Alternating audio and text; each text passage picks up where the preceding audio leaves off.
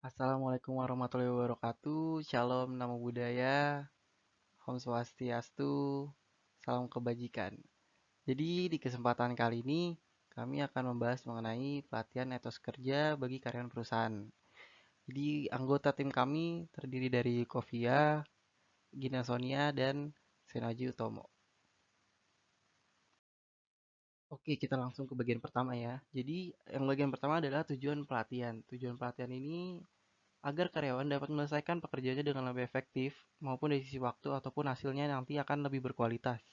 Berikutnya adalah mengembangkan potensi karyawan dengan lebih maksimal dan selalu ingin belajar dari pengalaman orang lain ataupun dari diri sendiri.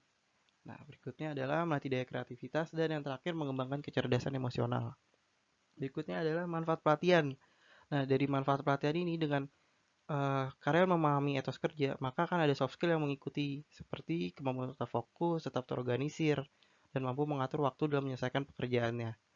Nah, dengan etos kerja yang baik ini pula, maka akan membuka kesempatan juga bagi para karyawan untuk mendapatkan promosi jabatan. Jadi, etos kerja ini sangat penting sekali untuk dipahami oleh setiap pekerja, dan para pekerja harus memiliki etos kerja yang baik.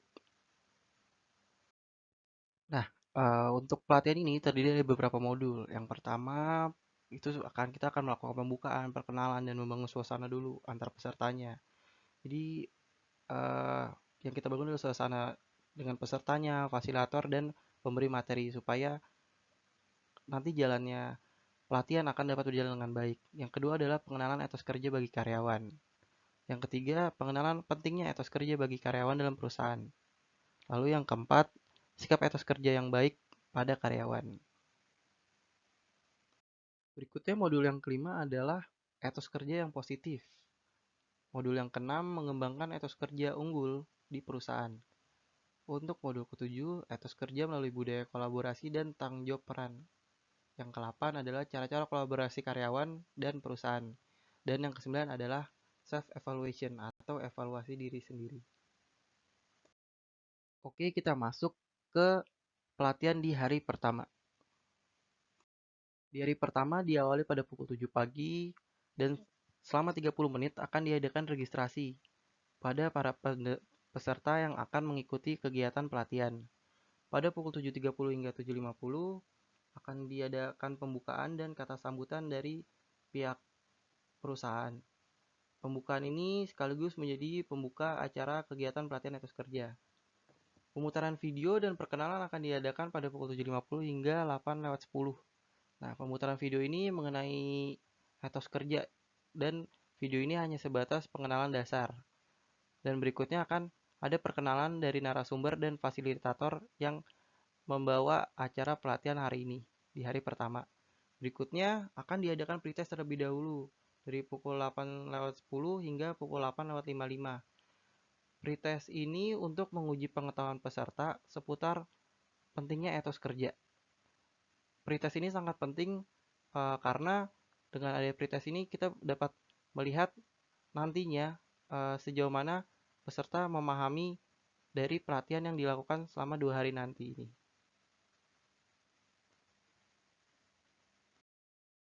Berikutnya setelah pretest akan ada penampilan video training etos kerja. Jadi nanti peserta akan menyaksikan video pengenalan untuk memberikan gambaran awal mengenai etos kerja. Berikutnya di jam 9.10 hingga 10.15 akan diberikan materi oleh narasumber. Jadi materi ini mengenalkan pengantar etos kerja, kiat-kiat membangun etos kerja, mengembangkan kecerdasan emosional, dan perlunya perubahan paradigma menjadi lebih positif. Berikutnya akan ada sedikit coffee break. Coffee break ini untuk istirahat sejenak dan sedikit mencairkan suasana. Berikutnya akan dilakukan sesi tanya jawab dan sharing mengenai etos kerja di perusahaan dari pukul 10.30 hingga 11.10. Pada sesi ini dilakukan tanya jawab antara fasilitator dan peserta, serta menjadi wadah sharing pengalaman yang pernah dirasakan oleh karyawan dan fasilitator yang berkaitan dengan etos kerja di dalam perusahaan. Berikutnya, dari jam 11.10 hingga 11.50 akan diadakan materi mengenai perilaku etos kerja yang positif. Pada pukul 11.50 hingga pukul 1 siang akan diadakan isoma terlebih dahulu. Setelah isoma, maka berikutnya akan diadakan materi mengenai pentingnya etos kerja bagi karyawan dengan cara melibatkan karyawan untuk mendukung etos kerja perusahaan dan etos kerja melalui budaya kolaborasi, tanggung jawab, dan disiplin. Berikutnya, setelah materi akan diadakan penampilan video contoh etos kerja. Jadi di video ini terdapat beberapa contoh etos kerja yang baik, seperti tanggung jawab, budaya kolaborasi, dan disiplin. Berikutnya setelah ada video itu, maka diadakan sesi tanya jawab atau berbagi pengalaman etos kerja yang baik. Sebelum masuk pada pemahaman yang lebih jauh, peserta ini dilibatkan untuk berbagi cerita atau bertanya mengenai etos kerja yang positif. Jadi fasilitator diharapkan untuk memahami dan saling belajar dengan peserta pelatihan mengenai etos kerja yang baik, yang positif. Berikutnya, setelah ada sesi tanya jawab dan sharing, akan diadakan ice breaking pada pukul 14.45 hingga pukul 3 sore. Nah, ice breaking ini untuk mencairkan suasana, dan ice breaking ini akan diisi games yang nilai-nilainya adalah berhubungan dengan kedisiplinan dan tanggung jawab. Berikutnya, setelah ice breaking selesai, maka akan diadakan isoma dari pukul 3 hingga pukul 4 sore. Nah, memasuki rangkaian terakhir, pada pukul 4 hingga 4.25 akan diadakan materi mengenai motivasi etos kerja. Jadi, kami akan menjelaskan, narasumber akan menjelaskan mengenai, atau motivator menjelaskan mengenai sukses dalam pekerjaan dan sukses dalam kehidupan. Berikutnya akan diadakan diskusi mengenai pentingnya etos kerja dalam perusahaan. Jadi setelah beberapa materi dan sesi tanya jawab ataupun sharing, akan diadakan diskusi lagi. Jadi penting gak sih sebenarnya etos kerja ini dalam perusahaan?